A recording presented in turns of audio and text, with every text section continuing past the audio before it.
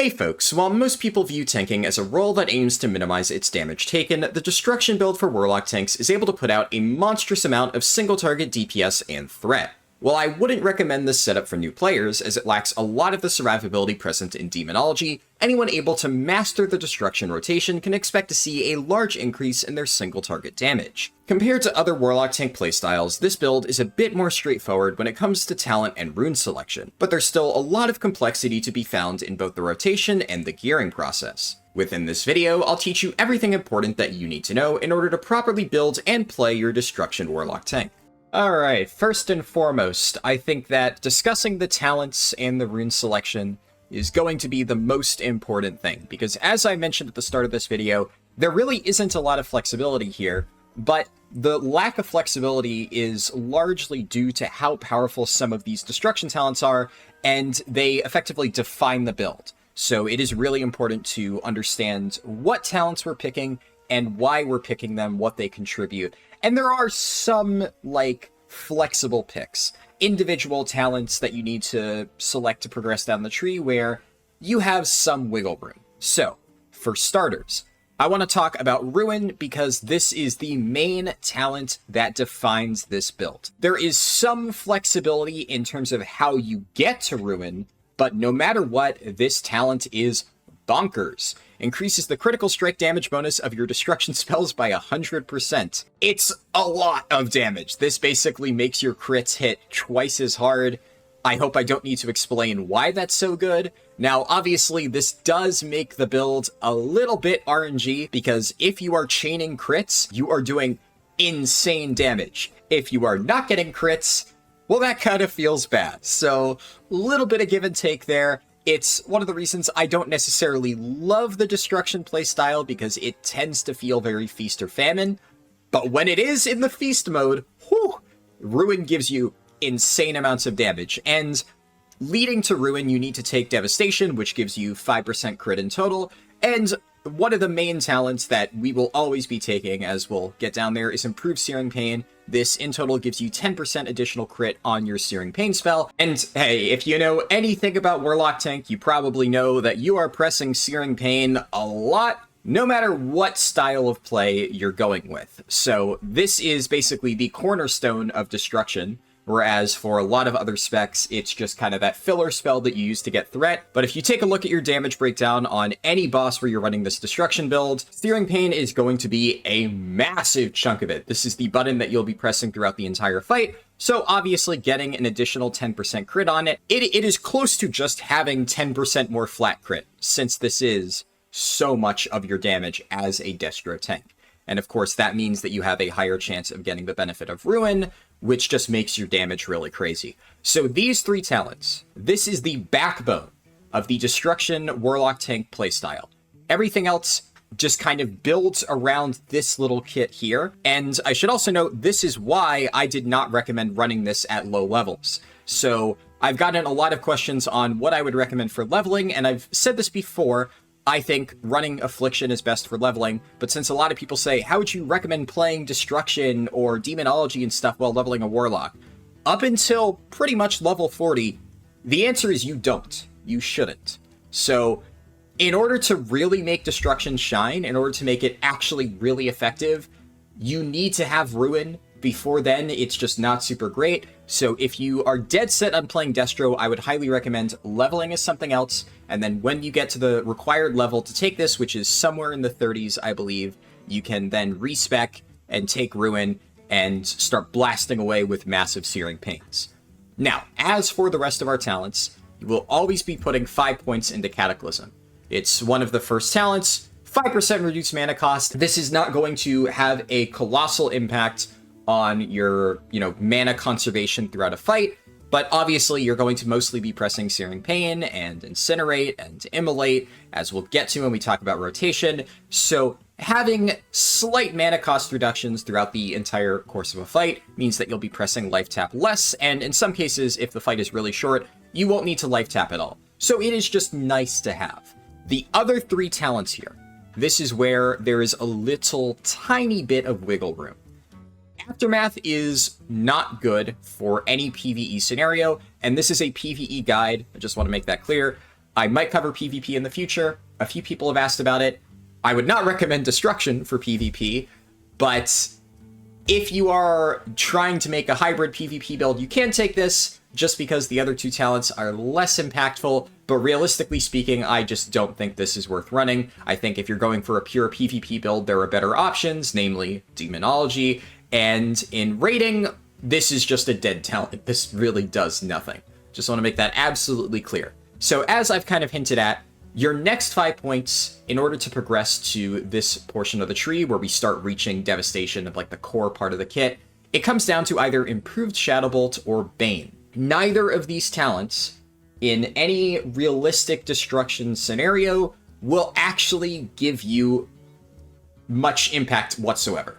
So improved Shadow Bolt is a talent that I've talked about a lot in different builds. Many builds that are either like heavy affliction or like mid demonology kind of will then go into the destruction tree and take 5 points into improved Shadow Bolt because this affects our Shadow Cleave, which allows us to hit 3 targets. It gives them the increased shadow damage taken, especially on AoE. And for affliction builds that run things like Everlasting Affliction, refreshing that with Shadow Cleave and then getting this buff is really, really good. However, if you are playing Deep Destruction, you will barely be pressing Shadow Cleave. On single target, you should never be pressing it, ever. It is not a damage gain on single target, so the only reason that you would ever run this is if you were trying to buff a lot of shadow damage users in your group, which would pretty much just be Shadow Priests on single target. But it could be argued right now that if you're doing that, it's just better to run a different build. Destro is very much about maximizing your own personal damage and stacking up a bunch of different modifiers to give yourself additional damage. And because this is not guaranteed, it only happens when your Shadow Bolt or Shadow Cleave crits, you would effectively need to fish multiple times throughout the fight with a Shadow Cleave to keep high uptime on this, and that is just a massive personal damage loss for this build. So once again, it would just, in my opinion, be better to not run this talent. And if you want to benefit from this, go with a different build that can very easily take this and actually want to press Shadow Cleave. So that leaves us with one option, that being Bane. And you are only getting one tiny benefit from this, namely your Immolate cast time is reduced by 0.5 seconds. That is basically nothing. That really does not matter at all.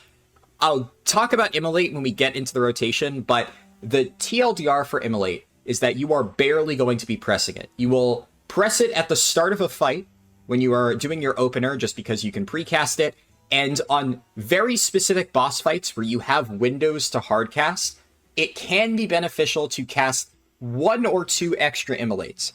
But there are certain fights where you will only press Immolate once, and that will be a precasted Immolate, so this basically doesn't matter at all, because any cast time before the fight actually begins is just not helpful.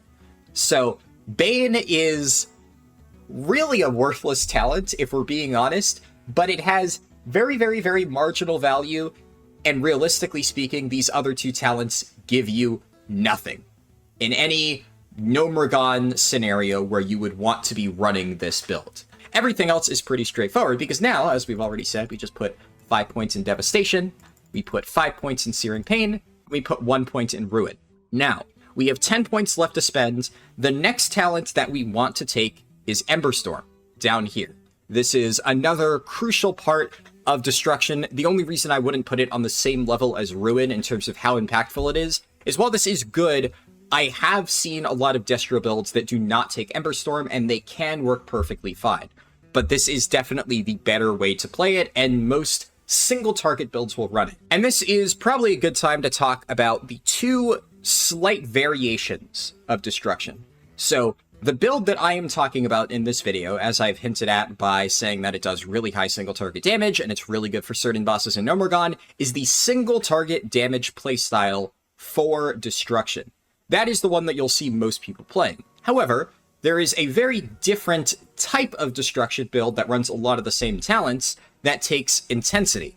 This makes it so when you take damage while channeling realistically just Hellfire, because Rain of Fire you're not going to channel, you have a 35, and then if you take 2 points into this, a 70% chance at not getting spell pushback. If you have 2 points in intensity and you have a paladin giving you Consecration Aura, you will be able to channel Hellfire while tanking mobs without any pushback. And that can be very good for AoE dungeon tanking. I am not going to be discussing that build or how to play it within this particular guide. I have a separate guide coming out later this week, which will go over this playstyle for Destruction, and it will also go over the Affliction build that I've talked about, which I believe is very good for dungeon tanking as well, and that is going to be purely focused on which build do you want to run for dungeon tanking, what are the pros and cons of each one, and when would you want to play each, kind of which one is better for dungeon farming both while leveling up, and if you're grinding at level 40 when you have access to all of your talent points. And I want to save that discussion for a separate video because the situations in which you play these two different builds are just completely different. They may run a lot of the same talents, but the way that you play AoE Hellfire Destruction is completely different than the way you play single target Incinerate Searing Pain Spam Destruction. So I don't feel they deserve to be in the same video. I think it's better to discuss the Hellfire Destruction build along with something more similar to where it's used, namely that Affliction build. So we'll be doing that later. I wanted to at least mention it just because if I don't, some people are going to say, why did you not discuss the Hellfire setup? We'll get to that. That is just outside the scope of this video. So some of the other talents, Improve Lash of Pain. This is not a bad talent if Succubus was something you wanted to run. So kind of similar to how in the Demonology guide I discussed how Improved Firestone would be great if it was in Destruction. Well, Improved Lash of Pain would be amazing if it was in the Demonology tree. It is not. To quickly mention pets, you will only ever be running your Imp with this build. That is the only viable pet for the Destruction build. If you want to run literally any other demon, do not play this build. You are pigeonholed into the Imp. Not to say the Imp is bad, the Imp is really good, which is why we're running it. It's just that it synergizes so well with all of the stuff that we're going to be running that you just will never have another opportunity to run a different pet when you are playing with this setup. So as a result, Improved Lash of Pain is just a dead talent. I have tried some hybrid builds that, take some Destruction and some other stuff to buff Succubus, and it has not really been good. Maybe in future phases, I can't say. Right now, not worth it. Pretty much never take this talent. Shadowburn is just a really bad ability. There are very niche situations in other forms of content, namely PvP, where I've heard it can be useful, but all I can say for certain is that if you are interested in raiding in Nomergon, especially playing as a tank, there is absolutely no reason to ever take this talent. Do not ever spend points in this. It's just not good. It is just worse than Searing Pain. It just does less damage, and it costs a Soul Shard, and it has a cooldown. It's just bad. It's really bad. Instant cast Searing Pain kind of removes any niche that this would have had in regular Classic. Now, there are 3 remaining talents that we haven't taken a look at, and this is pretty much where you're going to want to spend your points. First, Improved Firebolt. This is a bit of a weird case because Improved Firebolt makes your Imp's cast time lower, which on paper may seem good, right? If your Imp is spamming Firebolt much faster, and Firebolt actually does a pretty significant chunk of damage, especially on heavily armored bosses, well, I mean, giving your Imp more casts seems like just a no-brainer. Why would you not want to do this? And I've seen a lot of Warlocks jokingly talk about, Machine Gun Imp and how if you put 2 points in Improved Firebolt, your Imp will just go absolutely crazy and just rocket out these Firebolts. And while that is true, this is really not as strong of a talent as a lot of people seem to think. So let me explain. First, I would always recommend taking 1 point in this at the very least. And this will give your Imp a cast time on its Firebolt of 1.5 seconds. This is just good. I would always recommend doing this. Realistically speaking, this is more than enough to make your Imp fire at like a really fast rate and get most of its damage done. But there are 2 things that we need to discuss in terms of why 2 out of 2 Improved Firebolt is not actually good. For starters, getting your Imp to cast really frequently can be a major pain. This is something that I haven't really wanted to go over a ton in these guides because I think it's a little bit too advanced. I did respond to some comments about it, but if we look at my macros, this is what all of my abilities have. There's some variations, like I don't have Pet Attack or anything in my Incinerate, namely because when I cast Incinerate, I do not want my pet to start attacking because you're doing that before the pull a lot of times. But Searing Pain, you're going to be spamming this a lot of the time in the fight, and a lot of my main rotational abilities will have this stuff in it. You can read this. I'll put it in the pinned comment because a few people did ask about this in the Demonology guide. So you have Start Attack here. This is for melee weaving. It only works with really fast daggers. I don't know if there are any other weapons that would work really well, but what I can say for sure is that Glimmering Gizmo Blade, which is your BIS, if you do Start Attack and then this stuff here, CQS, this is Cancel Queued Spell. It makes it so at the end of your macro, if you accidentally queued up a spell by like button mashing, which I have a tendency to do, that will be canceled, and then I have Start Attack to refresh the dagger swing. Effectively, these lines just ensure that whenever you are trying to melee weave, it does it automatically without you having to do anything fancy like, click the target a few times. It's just built into your buttons. And then we, of course, have here /cast Searing Pain. This is the actual ability, but we have Pet Attack and /cast at pet target exists Firebolt. Honestly, I don't know what this shit means. This is one of those things where I looked at the Warlock Discord. Some people said that this works to make your pet attack as much as possible.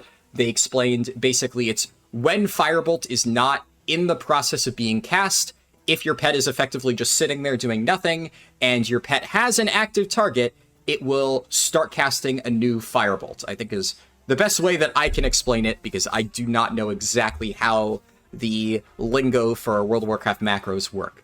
And if you have this baked into a lot of your abilities, it will force your imp to repeatedly machine gun out Firebolts.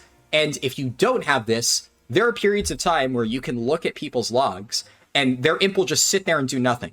It has a target, it's within range, it has mana, and it just waits like 0.5 seconds or 1 second before it starts casting again. And while using this in all of your macros can sometimes cause your imp to chain cast, if you time it perfectly, there are macros where you have people, at least at the very start of a fight, have 1 second imp cast, 1 second imp cast, 1 second imp cast, back to back to back. A lot of times, if you look at the rest of the fight, you start to see gaps in the imp's cast times. Even when it still has mana, it will start just randomly delaying it by 0.5 seconds. I don't know why. Pet AI in Classic is really, really, really weird. And this still sometimes happens with 1.5 second cast times, but it happens less. In my experience, looking over logs for Warlocks that are running either 0 out of 2 improved Firebolt, 1 out of 2, 2 out of 2, you tend to see a lot of massive gaps in the imp cast time at 2 out of 2 improved Firebolt. So really, it's not as good as you may think, because a lot of times you are effectively getting a 1.5 second Firebolt cast time, but you're wasting a talent point on getting it to be a little bit faster. Now, you may have heard me mention imp mana. This is another really important thing in this build. Your imp obviously has a set amount of mana, and you can increase this through a few little cheeky methods. One that is really easy that everybody should get is Infernal Pact Essence. This is your Blood Moon reward. I've mentioned this before, it's just really good because this does count towards Demonic Knowledge, your feat rune. This will give you additional spell damage and healing. On other pets, the bonus Intellect and Stamina doesn't actually matter that much, but on your imp, it is actually extremely impactful, mostly because of the Intellect. This 80 Intellect actually gives you a sizable chunk of damage as a Destruction Warlock, because that is a lot of extra mana that your imp is playing with. In fact, if I just unequip this, you'll see in a little bit, yeah, my imp loses about 400 mana. You can see that Firebolt costs 70 mana to cast, so you can just do the math on how many additional Firebolt casts that 400 mana would get you. That is a pretty good chunk of damage in addition to everything else that this trinket provides. For Destruction, this trinket is massive. It's BIS for all other Warlock builds too, but it's even more BIS for Destruction Warlocks, and I don't know what trinkets we'll get next phase, but there's a good chance that you will just never replace this, at least until like level 60 at some point for Destro, just because of how much value you get out of the additional intellect on your imp, along with everything else. And there are some other ways that you can get additional mana. You can get, obviously, Blessing of Wisdom if you have a Paladin, gives you some mana restoration. Arcane Intellect, duh, that gives your imp a slightly larger mana pool. So within raids, I tend to have roughly 2,000 mana on my imp, and that gives it a pretty good amount of time within the fight before it goes But when your imp does go it's now doing no damage. It will start to regen mana, and it'll cast the Firebolt like once every 5-ish seconds when it regens enough, but your imp's damage effectively drops off of a cliff the moment it runs out of mana. And especially on longer fights like Mechanical Menagerie, this can happen pretty early into the fight over the entire course of it. And obviously this problem gets exacerbated if you are running 2 out of 2 and improved Firebolt, because your imp is just guzzling its mana even faster and itself much faster. So this is a really weird talent, because like I said, there's obviously the random gaps. It still sometimes gives you the full 1 second cast time back to back, but not always. I would say this is only worth putting 2 points into if you are in like a super duper good speedrunning guild, where at least like the first 4 bosses of Nomergon, you know for a fact that they're going to be dying in like 30 to 40 seconds. And if you have 1 second imp Firebolt cast time, you will pretty much only be running out of mana on your imp at the very, very end of the fight. Because if you're taking, let's say, a minute to kill Viscous Fallout, 2 minutes or more to kill Crowd Pummeler, your imp is going to itself very early on, and you will just be wasting damage with this ability. Lot of time taken to explain that, but I think it's worth it because it is a very important part of playing Destruction, imp management.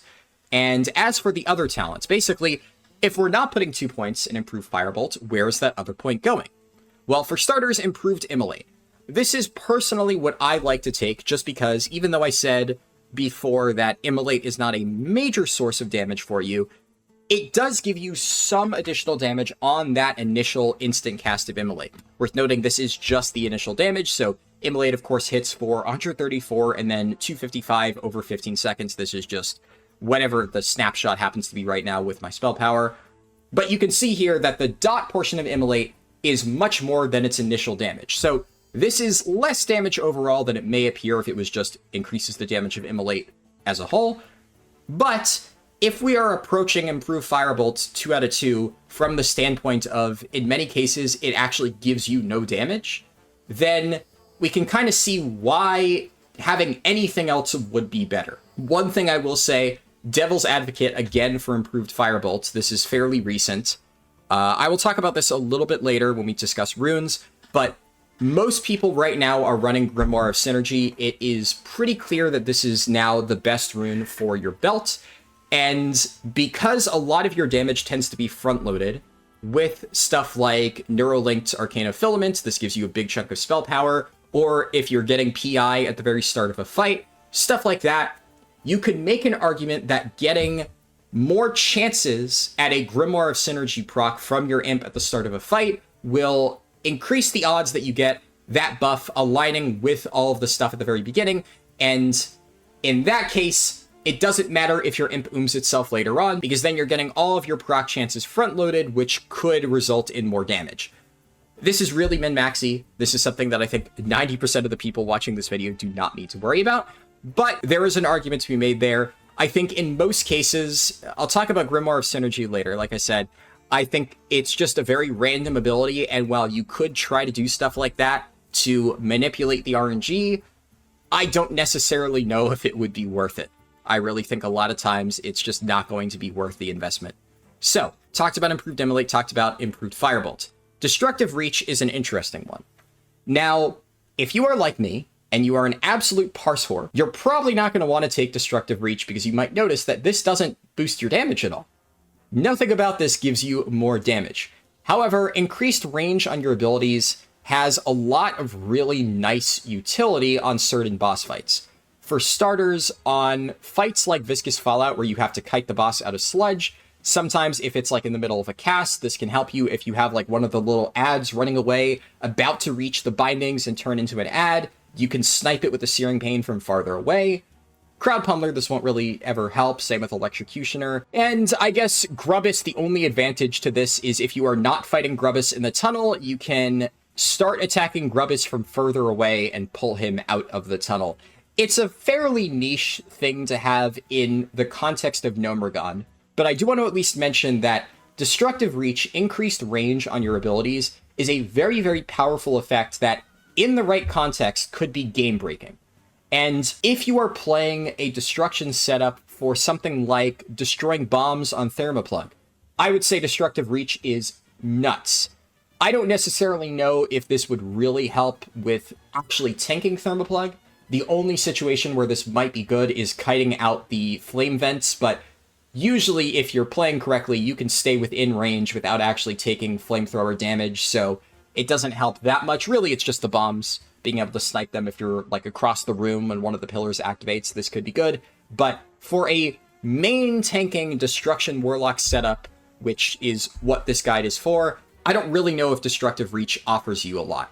But it is a good talent, keep it in mind, especially considering Improved Firebolt 2 out of 2 is not great, and Improved Immolate, while it does give you damage, it gives you a fairly low chunk of damage, all things considered. So if you are not really concerned with absolutely maximizing your damage, maybe worth it to throw a point in Destructive Reach. You never know. This could prove helpful. And I guess as a final note, if you are in a position, which I know a lot of Warlocks are, where you are expected to tank the first 4 bosses of the raid, maybe off-tank on Menagerie, and then go full bomb duty on Thermoplug, and you have a different tank that is going to be main tanking Thermoplug, then absolutely send it 2 out of 2 in Destructive Reach, because like I said, for bombs, it's fantastic, and it really won't lose you much to take this. But just because I said this is what I personally prefer, I'm going to take 3 points in Improved Immolate here, and 5 points in Ember Storm, but I do want to note that those points are relatively flexible. They're low impact, they won't have really any major change on how you play the build, but you can kind of allocate them wherever you want.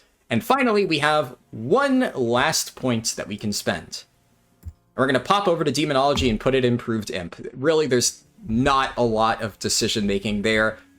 We've already said how a lot of the talents down here just don't offer you that much, and out of all of the other things that you can be spending your points on at the top of these trees, you're not really going to be pressing any Affliction abilities, so Suppression offers you basically nothing. Improved Corruption, while this is a very good talent, it's only really good when you have the full 5 out of 5 points in it.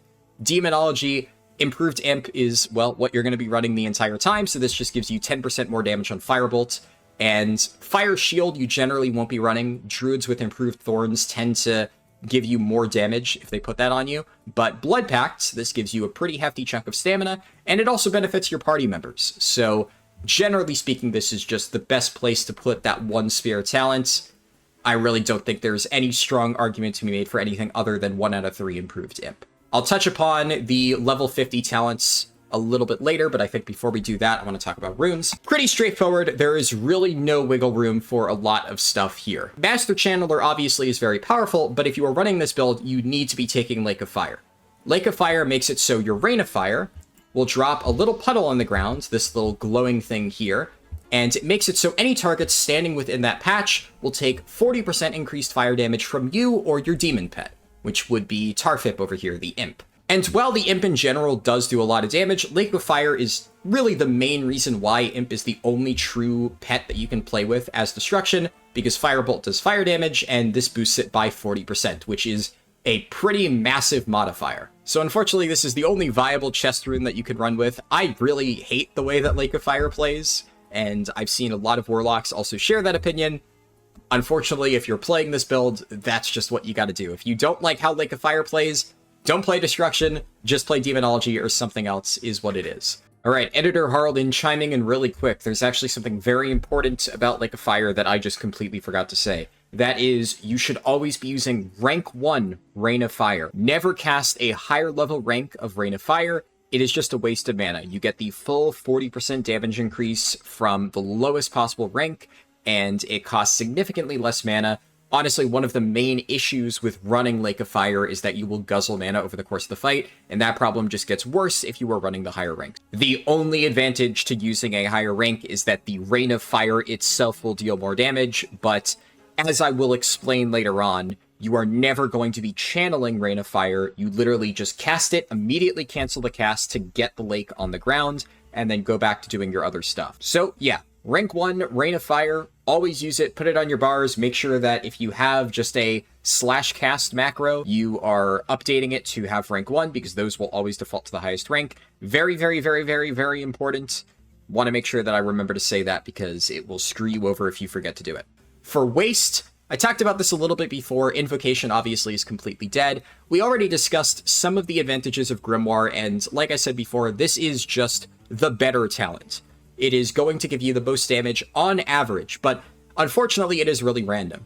I also really despise Grimoire of Synergy and the RNG it offers, and I'm going to be completely honest, ever since this got changed, I have liked Warlock Tank a little bit less, because you kind of need to play this, but on some fights, you will get insane Grimoire procs and have about 50% uptime on the 25% damage buff, which is huge. 25% to all your abilities for half the fight is an absolute massive modifier. And I've had some fights where I just literally never see this proc. Usually on shorter fights, like on my Grubbus kill just last night, I did not get a single proc of this. It sucks to be me, I guess, but that can happen. It's a 5% chance, and a lot of the top logs that I've looked at, the Imp's very first Firebolt procs this, and they have 25% additional damage for their opener. That's good. Can you play around it? Absolutely not. It's completely random. And if you are looking to high roll, you will always play Grimoire of Synergy. If you are looking to have more damage on average, you will probably still play Grimoire of Synergy. The only advantage of Shadow and Flame is that it makes your damage very consistent. It's not bad. You're going to get a ton of crits with your Searing Pain. It is not uncommon for you to have anywhere from 80 to 100% uptime on this buff throughout an entire boss fight. You are going to get a lot of crits. Usually you will refresh it before it actually expires, and that means that your damage won't fluctuate a lot. You won't have pulls where you just absolutely blast with 50% Grimoire uptime, and then sometimes you have nothing. Your damage will be the same from pull to pull, but unfortunately it will probably be lower. Hate to say it because I like the way this plays. I'd rather just have flat 10% damage. The other important thing to consider with Grimoire of Synergy is that, especially as Destruction, as we've already said, your Imp is a pretty big part of your damage. Now, Succubus for like Demonology is fine, but a lot of times it won't be a huge part of your damage, especially on high armor bosses. Imp does a lot. And because you are spam casting Searing Pain throughout the fight, your pet tends to have much higher uptime on the 25% damage buff than you do, because your Imp is only getting this proc when it lands a Firebolt, and especially towards the end of the fight, right, where it runs out of mana, you're going to be getting less Firebolts, less proc chances. You will not benefit from this as much, but your pet benefits from it, whereas Shadow and Flame is only 10% on you.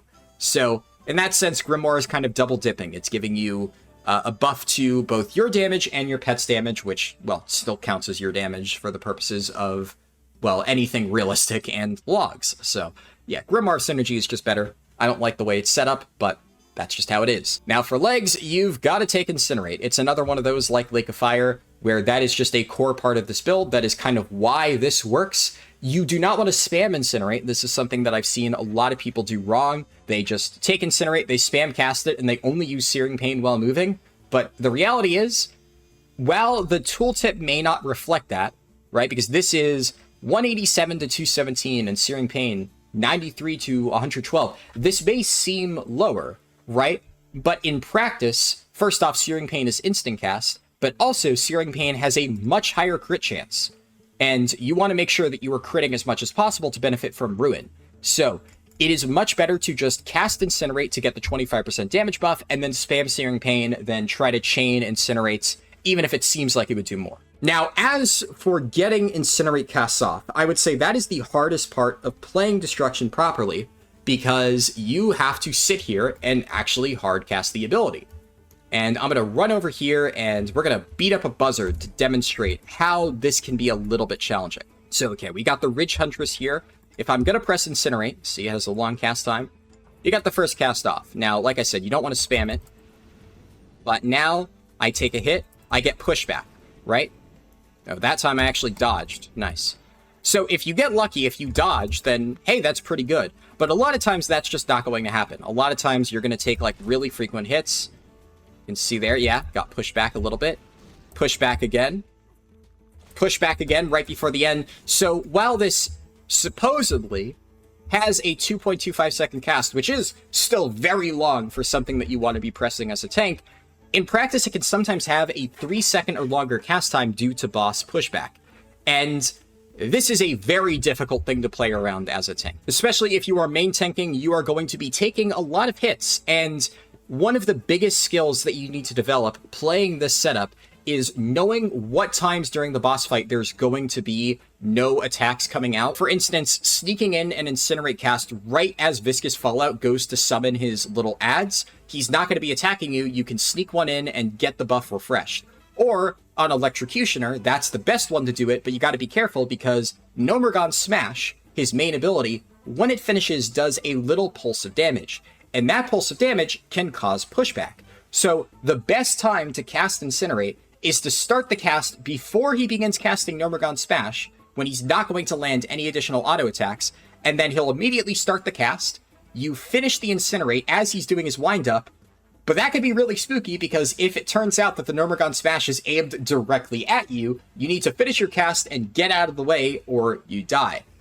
Electrocutioner is probably the easiest one to sneak in these casts because whenever he does his static arc, you know that you have more than enough time to get in an Incinerate cast. And this is kind of what I said before about casting Immolate. Because you have to spend so much time trying to find ways in the fight to sneak in your Incinerate casts, you don't really have a lot of time to also sneak in a 1.5 second Immolate right after that. The only realistic chances that you have for this is if you perfectly time the aforementioned Crowd Pummeler, where you Incinerate into Immolate right after and the smash is not aimed at you, so you don't need to move. You can refresh Immolate on that fight. Electrocutioner, same deal. If you watch the boss timers and you know that a static arc is about to go out, the cast time is much longer than Gnomeregan Smash, so you can usually do Incinerate into Immolate there, and that will give you a bit of additional damage. But fights like Electrocutioner also can be quite difficult because if you fuck it up, and you don't get the timing right, and you try to cast an Incinerate right as he's doing Discombobulation Protocol, well, not only did you now lose the cast that you were already doing, but now you have to get back into position and cast it again, or more realistically, just spam Searing Pain without the 25% modifier for a little while, because if you try to cast Incinerate while you are actively being hit by a boss, the pushback will just make it not worth it. So this is a very, very, very difficult ability to use as a tank. You need to take it, because otherwise there is just no reason to run this build. Losing 25% damage is just going to make it do a lot less overall, and in turn, it's just going to mean you're better off running probably Demonology for damage, because it's really not that far behind. This build only works if you stack all of these modifiers to make your Searing Pains hit like absolute trucks. What this also means is that because you are forced to take Incinerate, you cannot rely on any of these other runes. So Demonic Pact is a really nice utility support rune, but if you're playing Destruction, you just can't really take this. So if you want to run Demonic Pact, if you want to buff your party, don't play Destruction, just play Demonology. Because Demonology can very easily take Demonic Pact without worrying about losing a ton of its own personal damage, and in fact it'll get a lot from Demonic Pact, whereas that is really not the case for this Destruction build. Same with Everlasting Affliction, very good, as you probably already know by now, on fights like Menagerie, but it just does not work with the Destruction setup. It is a completely different playstyle. You cannot run like a hybrid mix of these two builds. I've tried it just for science, and just take my word for it, it does not work well. For the last two runes, obviously meta, don't need to go over that. And same deal here, Demonic Knowledge is just the best. I think I've already discussed that at length. I'm not going to once again explain why Dance of the Wicked is bad. If you want to know why Dance of the Wicked is not worth taking, I explained that at length in my Demonology guide. We've covered runes, we've covered talents. Last thing I want to talk about talents is what are you going to take at level 50? Now, this is a little bit trickier because when I talked about Demonology, I mentioned how there are no data mined level 50 runes that may change the way that you play Demonology. At least not in terms of how you build it. I'm not going to spoil it. I'm not going to tell you exactly what the runes are. However, I will just say, and I guess if you don't want any spoilers, just, skip ahead like 5 minutes. There is a data mined rune that affects Conflagrate. I don't know if it's going to be good because right now it looks pretty bad, but of course Blizzard has already said that any of the data mine runes for next phase are completely subject to change. They may be completely different. They may be vastly different in terms of the current data mine power level. And right now, Conflagrate is just really not good. It's just not worth taking. It's kind of the same deal with either Shadowburn or, spam casting Incinerate and stuff.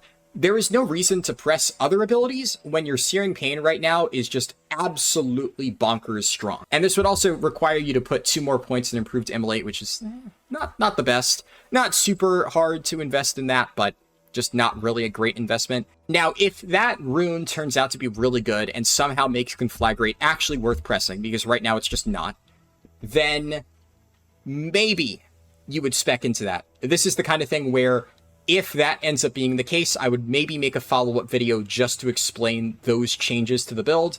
Like I said, I don't really think I will be required to make a follow-up demonology video because I do not expect any of the information that I shared in that video to change, pending a few exceptions, but we'll cross that bridge when we get to it. If that rune ends up making Conflagrate part of the Destruction playstyle, we may be looking at a completely different way of playing Destro. So, pending that, I suspect that it will not actually be good for tanking. That is just my personal hypothesis. I think that the Datamined rune is going to have a much larger impact for DPS Destruction Warlocks, because let's just say it synergizes very heavily with Chaos Bolt, and really not so much with the way that you play this build, namely spamming Searing Pain. So I do not think we'll be taking this. Assuming that doesn't change, we're going to put 2 more points in Improved Imp. Obviously, that is kind of a no-brainer. And then you are going to take 5 points into Fell Intellect, because having more mana on your Imp means that your Imp is going to get off more Firebolts. And pretty much past that, it doesn't matter what you put your points into. If you have now a ton of mana on your Imp, there is maybe an argument to be made where at this point, if you have really flexible talent options, you could then take a 2nd point and improve Firebolt, and it doesn't feel quite as bad. But personally, if I was going to speculate on how a Destruction build would look like next phase, I would say you finish this off, take Fell Intellect, and then you just put as many points as you can into Demonic Embrace, because, hey, having additional stamina just makes you stronger. There are 2 remaining topics that I want to discuss within this guide. One of them is the rotation, because it is a little bit complicated, especially the opener. Now, we've already discussed that most of your rotation within the fight is going to be keep up Incinerate, keep up Lake of Fire, spam Searing Pain. That much you probably already have gotten. The one thing that I want to talk about that's a little bit more particular is the opener, the very first sequence of casts that you do throughout a fight, because I've seen a lot of people get this wrong, and it is probably one of the most important parts of playing Destruction correctly. Now, something a lot of people don't seem to realize. You can precast Rain of Fire and get that Lake of Fire on the grounds before the fight has actually started, before you've pulled the boss, and now you'll be starting the fight with effectively 10 seconds of free Lake of Fire uptime, and if you do it properly, you can precast it, then you can life tap, and then you can start pulling, and now you're back at 100% mana. Your healers will usually top you up. You know, they have tons of mana to spare, especially on those shorter fights. It doesn't really matter for them. A lot of times, right before the fight even starts, my mage healer's already doing an AoE heal to get beacon on people, so not really a big concern for them. But start in meta form. Let's get this set up. I'm going to just go back to full health and mana before I finish this demonstration. Now, you might remember me saying a little bit earlier that I do not have Pet Attack macroed into Incinerate, because I want to make it so when I press Incinerate targeting, you know, a mob, in this case the Crag Coyote, I do not want my Imp to be attacking it. And that is because, let's look very carefully, we're going to get just in range of this Coyote. That's moving. Let's go to this one, because it's not going towards the other ones. It's moving a little bit away from us, but we're going to start casting here. And I want you to watch something. Notice how we're not in combat until that Incinerate actually connects with the Coyote, and it has about like 1 to 2 seconds of travel time before it makes that connection. That is key, and that kind of defines how we're going to be playing this opener. Want to make sure... What the fuck? Nope. Okay. Don't want any part of that. What you will see, though, with Incinerate is that we get the damage buff the moment that the cast actually goes out. So you can't, like, precast it and then get the full 15 seconds after it's connected. You're already on your 15-second clock the moment Incinerate is cast. You don't need to, like, wait for it to connect or anything like that. If we know that Incinerate has a travel time, that means that the fight has not actually started until about 1 second after that Incinerate cast. So we have time to sneak in another cast. In this case, it's going to be Immolate. So this is how your rotation should look like. Ignoring stuff like your helmet, obviously you would want to press this pretty much right as you're about to start the pull, get power infusion for those initial casts.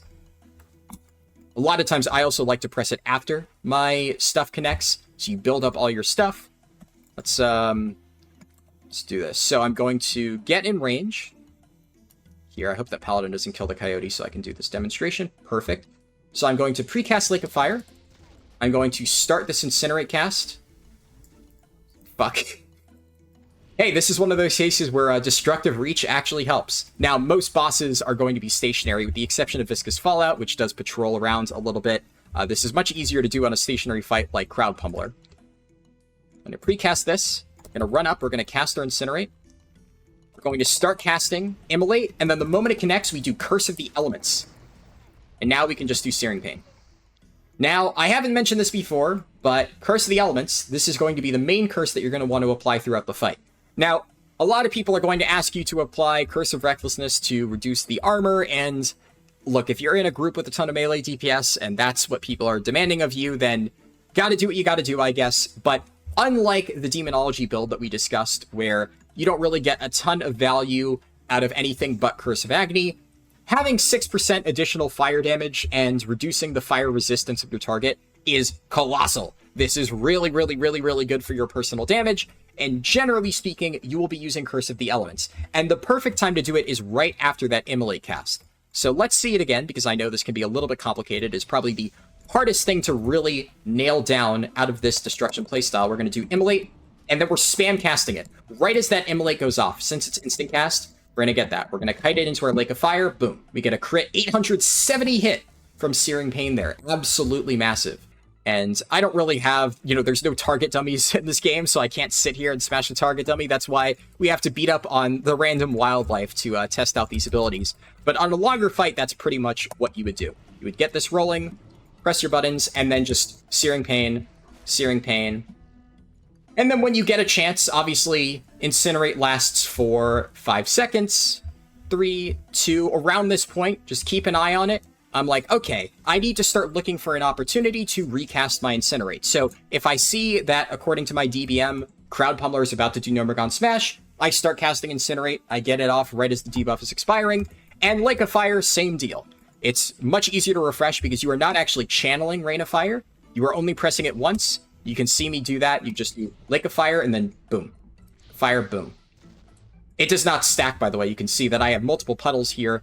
You still only get a 40% damage buff. You can't get like 80%, but they will persist back to back. But like Fire, boom. And in the middle of the fight, same deal. If I am fighting a mob over here, so I'm fighting this Coyote, I want to refresh Lake of Fire. I just do this and then go back to what I was doing. I want to get an Incinerate cast off. Sneak it in like that. Boom. And that's pretty much the rotation. There's not a whole lot else to say. You're really just going to be mashing those buttons. There is a little bit of weird stuff with Curse of the Elements because of an item that drops off Thermoplug. So there is an Epic Fist weapon called Thermoplug's Arcano Shredder, and if somebody has that, it actually overwrites Curse of the Elements. It is effectively just a stronger version of this buff, which means you will not be pressing Curse of the Elements at all if somebody in your group has that weapon. Now, nobody in my raid has that weapon, so this has been the rotation that I've been playing. But in theory, for people who have that fist weapon in their group, they could just not press Curse of the Elements, save one button press, or you could now press Curse of Recklessness because, hey, you don't need Curse of the Elements anymore. This is just free damage from your raid. And I have seen an argument from some people that they think spending 1 GCD to get a max rank Curse of Agony will give you more damage over the course of a longer fight when you can benefit from it. That is something that I cannot really speak to. I have not dove into the math and tried to see if a single press of Curse of Agony would outweigh one press of Searing Pain. I think that you can argue on average it would. If you obviously got a critical strike Searing Pain, it would do more than the entire duration of Curse of Agony, but theoretically speaking, the crit chance of your Searing Pain is not high enough to justify using just one random Searing Pain within a fight over Curse of Agony. But that, once again, is like super min-maxy. Generally speaking, this won't even matter because you'll just be using Curse of the Elements anyway. This only applies to people who have the Arcano Shredder because then you will not need to use Curse of the Elements. Now, I think that about covers everything. As I said, there's a little bit more complexity to the Destruction playstyle if you're running Intensity and using Hellfire on AoE, but that is something that I want to discuss more in its own video because really this is a guide oriented at helping you tank the first 4 bosses of Gnomeregan with the sparse setup, quote unquote, for lack of a better descriptor. This is definitely not the tankiest build. It is very glass cannon-y, and it can be very difficult to use because of the spell pushback on both Incinerate and Immolate. So I would not necessarily recommend it. Actually, scratch that. I would not recommend it at all for new players. I would only recommend doing this if you are very comfortable with Gnomeregan. It's your second or third clear. You've already fully killed all bosses, and your group is looking to optimize their kill times on those first 4 fights, which are pure single target, minus Viscous Fallout adds, but that's, yeah, neither here nor there. Really, the important damage is single target, and you are just trying to kill the bosses as fast as possible. And let's be honest, outside of, like, Grubbus if he gets enraged, those first 4 fights should not be doing a lot of tank damage to you. If you are taking a lot of damage on those fights, there is something wrong with your gear. Which brings me to my final point in this guide. Gear. Now, disclaimer on this is going to be a very cursory overview of gear. I have mentioned that I'm working on a full best in slot for Warlock Tanks video that covers all of the different builds. I'm going to have 4 different best in slot lists for various setups that I think will be very good. I have put a lot of thought into that. The video is coming along nicely, or more so, the research for that video is coming along nicely. I haven't actually started recording it, but a lot of that information is still already put together. And of course, I have been playing Destruction a lot. You can look at my logs, you can see how I've done, and I'd like to think that I've gotten a good grasp on the proper way to build this tank. And the thing about Destruction is that in order to maximize your damage with it, you are kind of incentivized to build a very glass cannon-y setup. Because items like this, Dark Mist Pants of Fiery Wrath, or Lunar Hand Wraps of Fiery Wrath, etc., this is the best that you can get in terms of raw spell damage. And in case you aren't already aware, if you are trying to maximize your damage, spell damage is king.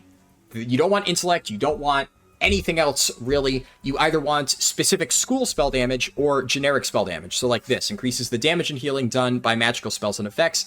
This is your bread and butter for maximizing your damage. Fundamentally, there is no difference between this effect and this effect. They both give you plus X amount to your spell damage. Obviously, this only affects fire spells, such as Searing Pain, Incinerate, etc. This will affect anything. So it'll affect Searing Pain, it'll also affect Shadow Cleave, it'll affect Corruption, etc. So for some of the more hybridized builds, like, Demonology, where you're pressing Searing Pain a lot as a filler spell, but you're also keeping up your Shadow damage curses and using Shadow Cleave on multiple targets, you're doing a mix of Shadow and Fire damage, which means you really want to have more items like this, that boost all of your magic damage regardless of school. And in the case of Destruction, pretty much all of your damage is fire. Unless you are pressing Shadow Cleave for some reason, which really would only happen on multi-target scenarios, you are going to be only really doing fire damage, which means that you can prioritize items like this cloak, the 14 fire damage cloak, that gives you as much fire damage as you can possibly get. Now, this is a little bit tricky, right? Because you have this cloak, Bloodrot Cloak. This is from the Stranglethorn Veil event. It's not one of the Blood Moon items, so it doesn't have that unique equipped Blood Moon. You can wear this along with your Infernal Pact Essence. It's perfectly fine. And this cloak is nuts. It's really good. It has 32 armor compared to the 26 on here, so more armor. It has intellect, it has stamina, and it has plus 11 to magic spells and effects, where this effectively has plus 14 to magic spells and effects in the context of the Destruction build, where you're only boosting fire anyway. So this cloak gives you a ton of survivability and still quite a lot of damage. This gives you basically no survivability, but a lot of damage. And this is where you really need to be careful about your gearing choices. So I'm going to go into much more detail on how you want to gear and what I would recommend and stuff like that. But when building for Destruction, it can be very easy to effectively do what I'm doing here, wear what I'm wearing, and just go full greed mode. Just look at the fire spell damage number and say, that number is bigger. Ignore the fact that I don't have an armor kit in these pants. I literally just got it, and I forgot to put an armor kit on. But generally speaking, you can get enchants, you can get consumables like Rumsey Rum Black Label, Elixir of Greater Defense, and I should note, if you are playing this build, I highly recommend you use this stuff. For Demonology, you're kind of already unkillable, it doesn't matter. If you are running a super glass cannon setup like I am here, stripping off all of the survivability as possible, if you want to play super greedy like this, you need to be spending on these consumables. Because I'm going into raid with a full fucking lab in my pocket. I'm walking up to Grubbus and I am just guzzling flasks like my life depends on it because it does. And you know what? This shit is expensive. You don't need to use Elixir of Fortitude. You don't need to get that 120 additional health. But I know that I am being a greedy asshole by taking all of this stuff and running only plus fire damage instead of the much stronger options like Dreamweave Gloves, fantastic item that offers you way more armor, or of course Bloodrot Cloak, or Red Mage Weave Pants. This gives you higher armor than, actually, this is now the same. But this is much better than some of the weaker spell damage pants you'll see. I should note that I would not recommend running this over tier set pants. I just do not have tier set pants. But of course that is more involved. And I think one of the other important topics, final thing I'll say, is offhands. So Necronomicon, this gives you some intellect, some shadow resistance. In this case, I actually think that Orb of No Rahil is really good. This gives you the most amount of fire spell damage that you're going to realistically get. And it also has 5 intellect, which is pretty nice. And it has this really powerful on-use effect that gives you a ton of free healing. So if you are doing this Warlock quest where you get to pick which orb you want to take, I've said this before, but I think this particular one, the fire damage one, is the no-brainer option. Because you can either get a shadow one or you can get a fire damage one. There are better options for shadow damage, namely Umbral Crystal, but also this is going to be even better for most shadow damage builds than the respective orb, because if you're running a Demonology setup or an Affliction setup, you are still going to be pressing Searing Pain, and you still want to make sure that you have magic spells and effects instead of plus shadow, because Searing Pain will be part of your damage. In which case, Necronomicon is just strictly better than the Orb of, I forget what the other one is, the something Rahil, the opposite one of this for Shadow. It's just going to be better. However, for Destruction, this is your best in slot.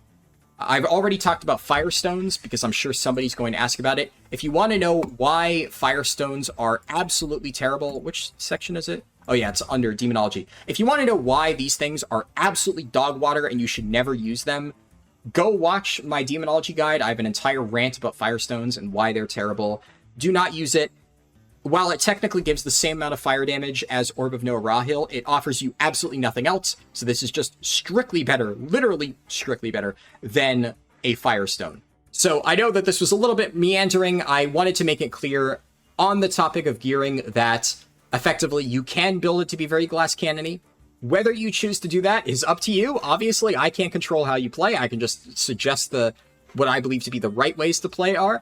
And you can see here that I am playing these really greedy setups, but I am taking the necessary precautions, namely consumables and stuff, to make sure that I am as safe as possible. Also using stuff like Lesser Stone Shield Potion on Grubbus, which Grubbus is not a very hard-hitting fight, but if I am playing like a fucking monkey and running stuff like this, well then I better have Lesser Stone Shield Potion on hand to make sure that I am making up for the fact that I am running a very greedy setup. That is kind of the investment you need to make. So don't troll your guilds, don't try to go full greed mode for parses, and if you do, make sure that you're not putting yourself in a position where you die to dumb shit and then wipe the raid and everybody loses their world buffs and now suddenly you're the asshole who cost the entire guild their chance at parsing for that week. It's never fun. Don't be that guy. Gear responsibly, I guess, to end here. Anyways, that is it for this video. I am going to be working on the Affliction and Hellfire guide next. I do not know exactly when that'll be done. I'm hoping it'll be done by the end of the weekend, Monday, from the time of posting, so like 5-ish days. These things take a lot of time to research, and I have a few other videos in the works that I'll be posting over the next few days, because I have been waiting to get this guide out. This has been my #1 priority ever since I finished the Waylaid Supplies guide, and I wanted to get it done first, but I have been working on other stuff in the background, and I want to make sure those videos get posted before the Affliction and Hellfire guide. But we'll get that one done, we'll get the Abyss guide done, and then I think I'll have covered everything that I want to for Warlocks, at least within this phase of Season of Discovery. But yeah, thanks for watching. If you enjoyed this video, I would greatly appreciate it if you could toss it a like, as, that'll help other people find it as well. And yeah, catch you in the next one. Peace.